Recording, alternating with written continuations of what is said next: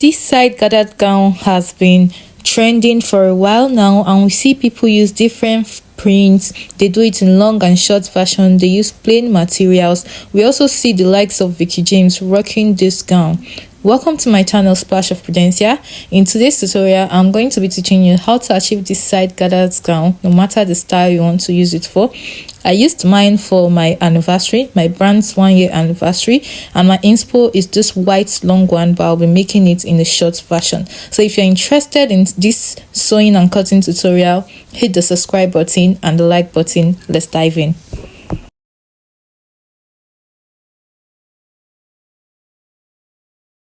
So I have this Ankara print here I want to make use of. It's 6 yards, but in the course of this tutorial I didn't use up to 6 yards. I made use of 4 yards. So if you want it fuller, you can actually make use of the whole 6 yards. So what I did first was to mark out my whole hip measurements, adding about 6 to 8 extra inches and then cutting it out.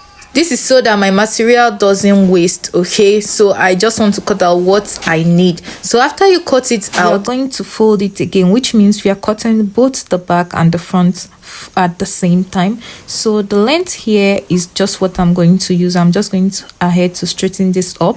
I wanted it longer, but this fabric was not as long enough and I don't want to miss this pattern, else I would have turned it the other way around. So mark out 1.5 inch for your zipper allowance. It can be more and it can be less. Just do whatever you're comfortable with. So I'm just going to turn this over for it to be more visible. Divide your shoulder by 2 and add half an inch to it. After which, take note that I'm beginning my measurements from after the zipper allowance. Come down by 1 inch for your shoulder slope because our shoulder is not straight. I'm using a neck width of 4 inches. The standard is 3, but I want this wider. So connect from that 1 inch to that 4 inches. The next thing we're going to do is to divide our bust by 6, add 1.5. That's what we used to get our armhole length, and mark that. So I'm just going to mark what I have from the shoulder all through so that I can rule out a straight line, and that line is going to be our chest line. So this first line here is our chest line. I'm just taking what I have at the shoulder so that I can be able to straighten this up and align it together. So the next thing we're going to do is our shoulder to bust point. You are also going to take this measurement on your client, but if not, it's between 2 to 3 inches. So I will rule out this line, and this line is my bust point. The next one is shoulder to under bust. This is optional. You must not measure it. So I marked mine out, and the next one is shoulder to waist, or you can call it shoulder to your half length, and mark it out. After that, the next thing is our hips. So you can come down by 7 to 8 inches, depends on the person, to mark out your hip. So after which, we'll be fixing in all our horizontal measurements. But before that, let's work on our armhole. Divide what you have there by 2, go in by half an inch and give it a nice curve. So let's fix in our horizontal measurements now. So I'm dividing my bust by 4 and fixing the measurements on my chest line and my bust point line and straightening it up with a ruler. So we'll just be marking our measurements out. When we are done, we add our allowances. The next is my under bust measurements. I'll connect it to the bust point there. The next is my waist measurement. Later on, we'll be adding 1 inch for the dart allowance. So connect it for now to meet with the under bust. The next is the hip measurement, divided by 4 and mark it out. So next is, you want to connect using your curved ruler from the hip to the waist point there, and then whatever you have at the hip, you replace it at the down. You can decide to subtract to or mark exactly and connect using a straight ruler. So we want to go ahead to add our allowances to the chest, to the bust point, the under bust, the waist and the hip, all through the down. So for this dress, the sewing allowance I have is 1.5 inches. Well, I added extra 1 inch on the waistline because I'll be adding it that. So that 1 inch is for the dart allowance. So you're going to connect these lines together and cut through the sewing allowance line, not the actual line. So after cutting this out, now we are going to be marking out our dart at the waistline. Okay, you use your bust span divided by 2. Mine is 8 divided by 2 is 4. After drawing a line from the waist to meet with the under bust, you go in out by half an inch on both sides and connect it. So we are also going to connect the down part, but then remember we came down by 1 inch from the waist to get our curve.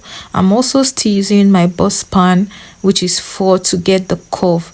It's going to be straight from the down, and when it's getting close to where you want the curve to start from, you give it a nice curve so you can make the curve wider or slimmer. After that, we'll go ahead to cut this out. Okay, so this neckline, we are going to come down by about 3 inches and curve it to meet with that 3 inches. Remember, our width was 4 inch, so we are going to cut this out. I want the back and the front neckline to be the same. So from the waist, I came in by half and just blend it in.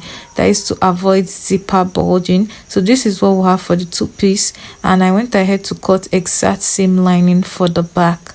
And bringing this out, this is the back and this is the front. So what I'm doing now is to notch that line there.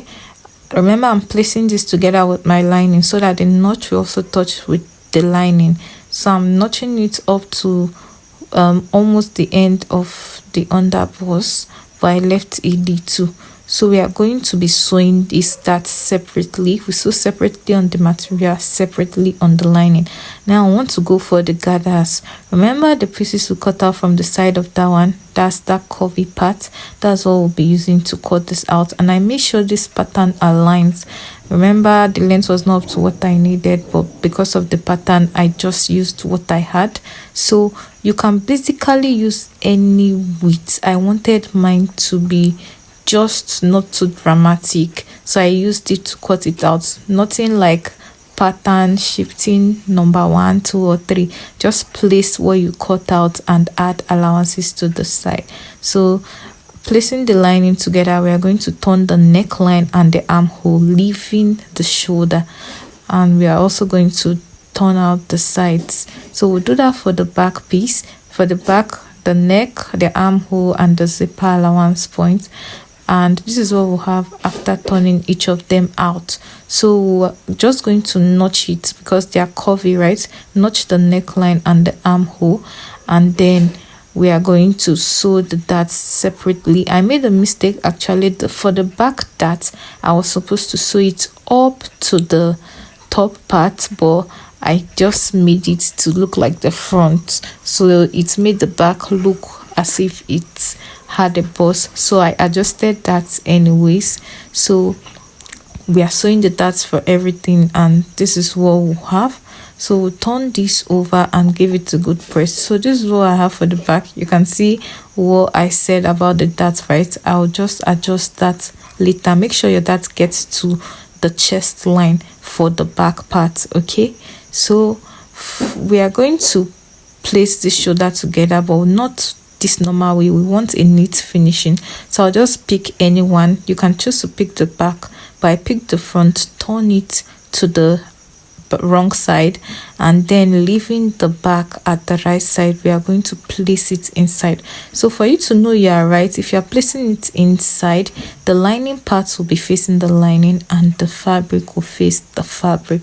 So which means as you're sewing this, it has to be the same measurement, so that by the time you place it in, no one is shorter, no one is longer. So we are going to place it in for the two sides. I'm just pinning this down and we'll sew using 1/2 inch.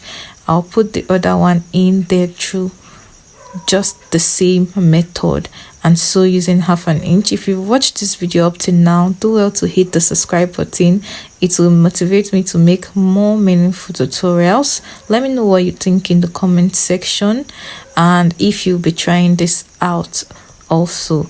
So after pinning this down, I'll go ahead to the sewing machine and sew using 1/2 inch. The essence of pinning it down is so it doesn't move.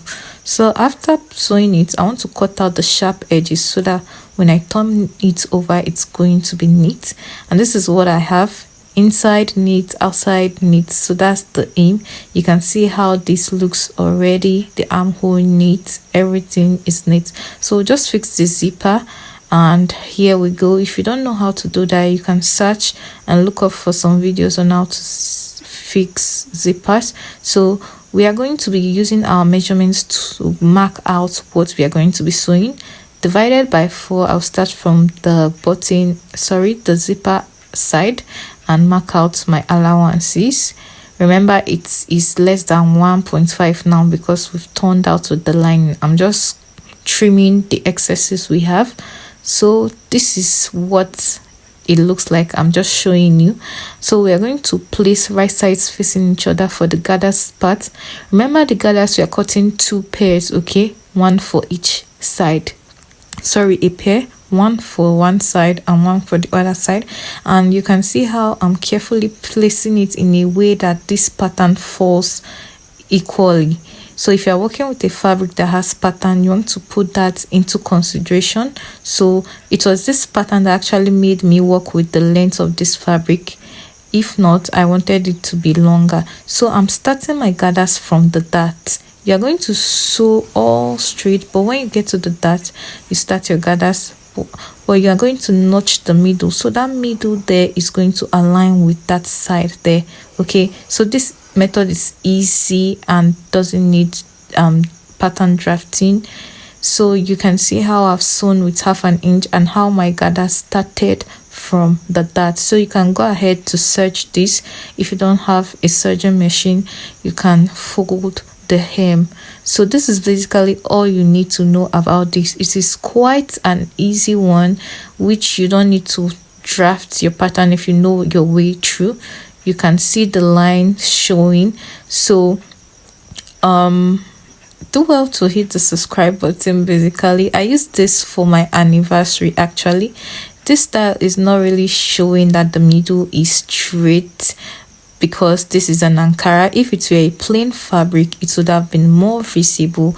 And you can see how I rocked it for my anniversary shoot. Until next time, keep splashing.